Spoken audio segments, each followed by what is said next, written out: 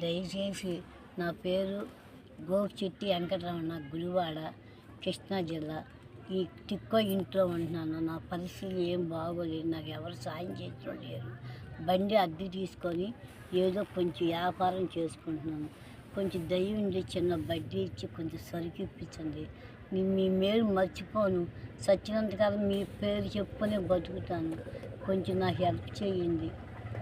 నాకు కొంచెం దయచేసి మీరు ఎవరు అడిగినా, గుడివాడ పెద్ద మనుషులు అడిగినా ఎవరు నాకు సాయం చేయలేదు. మీరు ఉన్నారని భరోసాగా నేను అడుగుతున్నాను. మేము చాలా బాధలో ఉన్నాను. నాకు ఎవరు సాయం చేసిన లేరు. బండి అద్దె తీసుకున్నాను. అద్దె కట్టలేకపోతున్నాను. రోజుకి 50 రూపాయలు. నేను కట్టలేకపోతే కొబ్బరికాయలు, పూలు, ఈ పందిరిలో ఉన్నాను. పందిరి చిరిగిపోయింది. ఈ పందిరి కొంచెం చిన్న బడ్డీ ఇప్పించి, వాన వచ్చినా ఎండ వచ్చినా యాతన పడిపోతాను.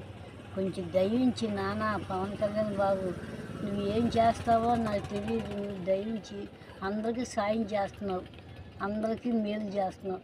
నాకు మేలు చేస్తావని నేను ఎదురు చూస్తాను.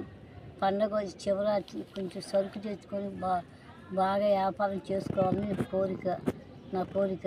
మీరు దయచేసి నాకు ఇప్పించాలని. చిన్న బడ్డీ, పెద్ద రకాల చిన్న బడ్డీ చాలు.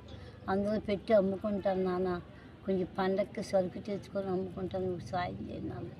ఇదే నా బాధ. నాకు ఎవరు సాయం చేసిన లేరు.